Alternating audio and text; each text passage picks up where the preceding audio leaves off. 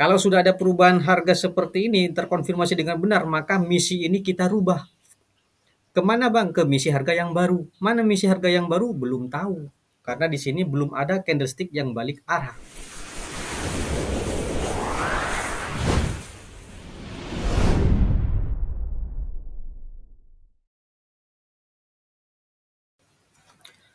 Assalamualaikum warahmatullahi wabarakatuh. Oke, SC Lovers, berjumpa lagi dengan saya di Spesialis Candles. Baik, abang kakak sekalian pecinta SC, maaf seribu maaf, saya baru bisa bikin konten kembali. Maklum ya, di rumah itu kadang macam-macam ada kegiatannya. Dan akhir-akhir ini saya banyak tamu ya. Tamunya juga dari jauh, sering datang ke sini, makanya kadang apa ya, nggak bisa bikin konten gitu. Karena kata orang tua dulu, tamu itu rezeki, bawa rezeki. Baik, abang kakak sekalian, pada kesempatan kali ini ada beberapa pertanyaan yang sering muncul. Bang, bagaimana cara trading di forex, di saham ataupun di kripto? Nah, di sini kita analisa teknikal ya, di candlestick kita analisa candlestick. Artinya, teknik kita bisa digunakan di semua jenis trading. Baik itu forex, baik itu cryptocurrency, baik itu saham. Bagaimana caranya? Yuk kita bahas satu persatu. Nah, permisalan kita mau trading di forex. Pada saat buka laptop seperti ini, ya kita contoh di forex aja dulu ya. Pada saat buka laptop seperti ini, kita lihat secara kasat mata bagaimana cara menarik misi harganya atau bagaimana cara menemukan misi harganya. Nah, kalau bisa jangan di zoom in atau zoom out, ya cukup selayar ini, ya. Kemudian abang cari manakah letak sideways-nya. Letak sideways-nya berarti kan di area sini ya. Ya. Kemudian sebelumnya ini naik, kemudian sideways di sini. Berarti abang tinggal cari apa namanya? Resisten di spion kiri. Bang, gimana kalau tidak ada resistennya? Maka analisalah support dan resisten. Nah, sekarang setelah di sini sideways, kemudian candlestick ini bergerak naik. Bergerak naik dan sampai di sini dia balik arah. Ini kalau kita convert ke jangka panjang, paling tidak di spion kiri ada resistennya ya. Nah, ketika terjadi penurunan harga ya, turun-turun seperti ini, turun terus, kemudian di sini balik, biasanya yang ikut edukasi paham ya. Maka kita tinggal lihat spion kiri manakah supportnya. Kenapa Bang ditarik di area support bukan resisten? Karena di sini kalau saya lihat secara kasat mata sudah ada perubahan harga yang terkonfirmasi dengan benar sehingga harga itu turun dan akhirnya sampai sini dia balik. Nah, coba kita tarik yang sekarang setelah balik manakah kira-kira supportnya? Kan seperti itu. Coba kita zoom, kita perbesar seperti ini. Ya. Permisalan support yang ini, yuk kita tarik, kita coba-coba ya, kita tarik. Ingat kalau narik di open price-nya. Nah, apakah benar ini misi harganya? Yuk kita hitung, kita lihat sama-sama. Kita perbesar dulu. Nah, setelah kita perbesar, ternyata candle merah ini tidak sampai menembus ke sini, ke support yang ini ya. Ini artinya berarti bukan ini misi dari harga, karena ini belum sampai ya. Nah, berarti supportnya yang di sebelah atasnya lagi. Nah, kita tarik lagi ke atas. Nah, berarti yang ini. Oke. Bang, kenapa kok tidak support yang di atasnya lagi misalnya? Yang ini. Ya. Karena sesampainya di sini dia tidak balik, dia malah turun terus. Nah, sekarang kita tahu kan di sini adalah misi dari harga. Ini time frame 1 jam ya, ini 1H. Ini saya pakai trading view. Nah, terlihat jelas di sini candlestick ini seharusnya turun ke misi harga ini. Kalau harga mau sideways atau kalau harga mau bergerak normal. Tetapi di sini malah naik. Ini artinya candlestick ini memberikan informasi perubahan harga untuk naik. Terkonfirmasi. Nah, apa kata saya? Langkah terakhir kita melihat sumbu. Area konfirmasi ini sumbunya lebih panjang di atas. Coba perhatikan. Ya, panjang di atas ya. Ini. Hmm. Nah, kalau didukung oleh sumbu seperti ini, maka disinilah saatnya kita open perdagangan naik. Ya, kapan bang kita berhenti akan open naik? Nanti ketika dia balik arah satu kali. Artinya kita dalam floating loss satu perdagangan. Jadi di sini kita open naik terus ya, gas terus open naik. Udah profit tutup, open lagi naik, terus seperti itu.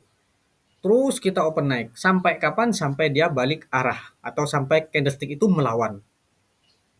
Kalau nantinya candlestick itu sudah melawan, berarti disitulah misi dari harga. Kalau di sini langsung balik arah gimana bang? Berarti sekitaran sini misi harganya, area resisten ini misi harganya, kurang lebih ya. Nah, jadi apakah di sini bisa kita open naik atau turun?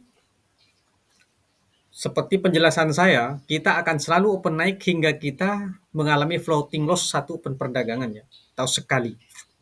Hingga dia jadi candle merah atau balik arah.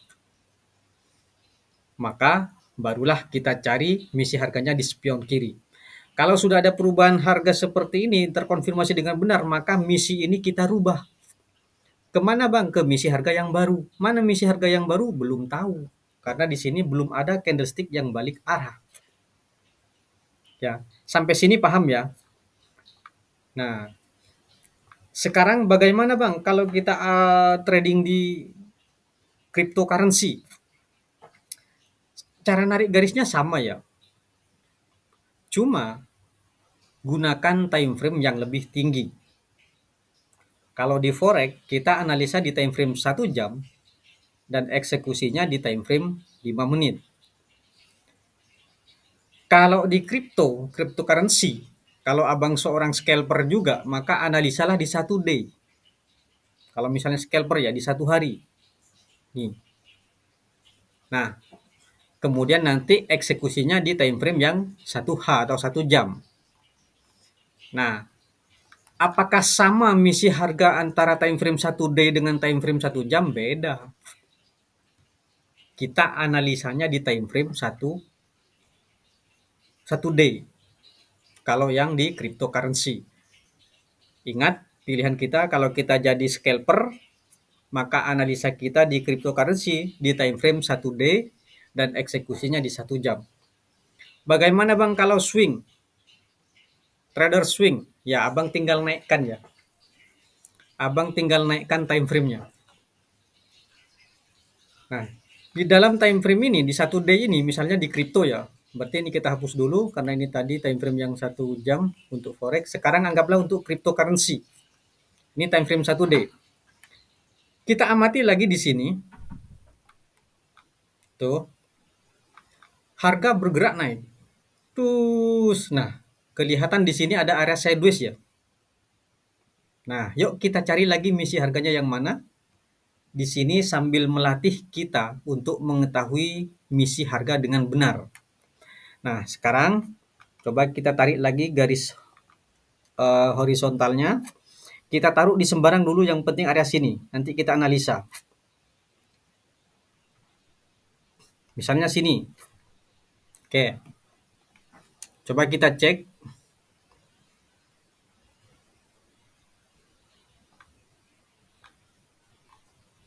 Nah, kalau di sini bukan ya. Bukan ya. Kalau resisten ini ya. Kenapa bang kok bukan? Coba kita harus jeli. Jadi trader kita harus jeli meneliti. Ini ilmu gajah ya, kalau menurut saya pribadi ini daging gajah ya. Ini tes. Nah, di sini setelah candlestick hijau ini nembus, candlestick berikutnya masih naik kan? Nah, kalau begitu berarti bukan yang ini misi dari harga, walaupun di sini candle merah ini balik sampai menembus resisten tersebut, ya. Berarti kita tarik resistennya ke atasnya. Dut. Nah, sini. Nah, setelah dia naik, tes, dia turun, ini jadi doji. Tunggu dulu.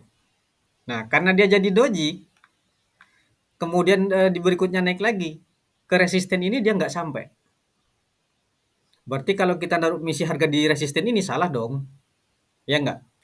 Kalau misalnya kita taruh di atas ya, ntar kita taruh di sini permisalan. Salah, sebab apa? Candlestick ini sampai sini kemudian dia turun, ya. Tuh. Nah, berarti yang benar adalah misi harganya yang bawah tadi, yang ini.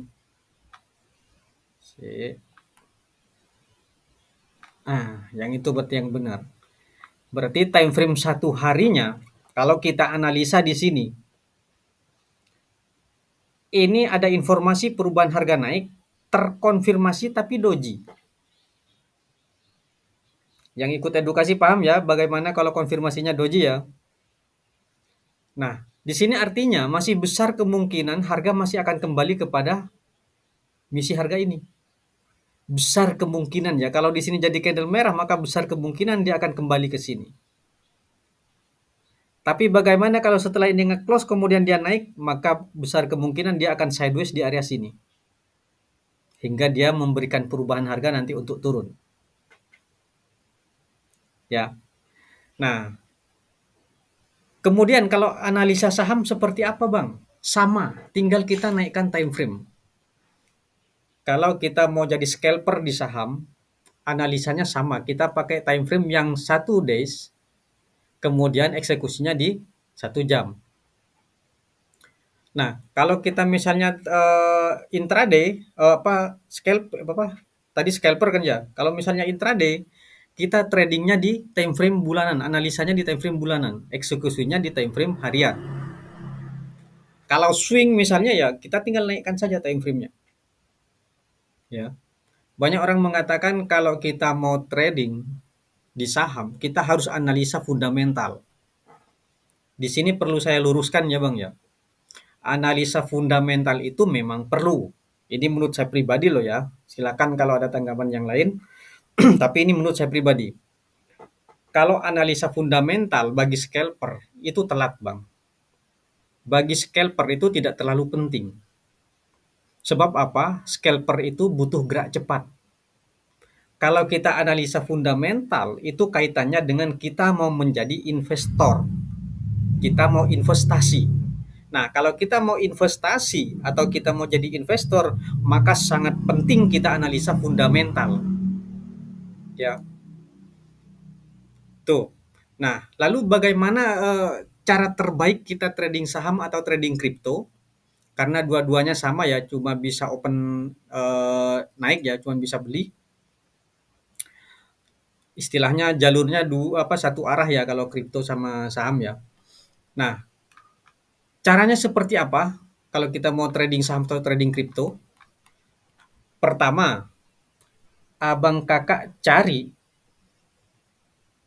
PT-PT yang masuk ke dalam atau saham-saham yang masuk ke dalam LQ45. Sesuai namanya LQ45 itu artinya ada 45 saham yang liquid. Itu yang sudah diakui istilahnya. Yang berada di tingkat papan atas. Kemudian caranya yang kedua seperti apa kalau kita mau jadi seorang trader? Carilah PT di LQ45 itu yang pergerakannya itu anjlok dulu. Setelah anjlok, abang cari misi harganya di mana. Misalnya turun ya, drastis turunnya dalam 1 tahun 2 tahun, misalnya anjlok. Abang cari di situ, sideways-nya di mana, kemudian cari perubahan harganya. Kalau ada perubahan harga naik, terkonfirmasi dengan benar, kita gas open perdagangan di situ. Jangan pedulikan bahasa orang lain. Oh ini nggak bisa nih, pergerakannya turun anjlok nih. Segala sesuatu itu menurut saya kalau anjlok nggak akan selamanya anjlok. Begitupun sebaliknya kalau naik nggak akan langsung terus-terusan naik, nggak, ya. Jadi itu cara sehat kita untuk melakukan trading. Kemudian langkah yang ketiga seperti apa kalau kita mau trading di saham atau kripto? Misal uang kita 50 juta. Uang 50 juta ini jangan langsung sekaligus dibelikan saham atau kripto. Caranya berangsur. Misal, kita beli dulu sekarang 10 juta. Nah, jika ada harga turun-turun sedikit, kita beli lagi. Pada saat ada tuntunnya lagi dikit, kita beli semuanya. Seperti itu. Jadi secara berangsur ya cara abang belinya. Jangan uang 50 juta langsung abang belikan 50 juta bleng. Itu kurang tepat menurut saya pribadi. Beda halnya dengan uang abang sudah lumayan banyak ya. Abang boleh semaunya trading. Nah, tapi kalau uang kita anggaplah masih kategori di bawah, ya kita belinya harus berangsur. Begitupun di saham ya tekniknya ya di kripto ya. Kita cari dulu yang anjlok, kemudian cari misi harganya, cari yang sekiranya ada informasi perubahan harga naik dan terkonfirmasi dengan benar. Maka belilah di kripto atau saham tersebut. Seperti itu. Oke ya, semoga dipahami antara kita trading forex, trading cryptocurrency, dan trading saham. Oke, walaupun sepintas, semoga bermanfaat dan saya akhiri. Wassalamualaikum warahmatullahi wabarakatuh.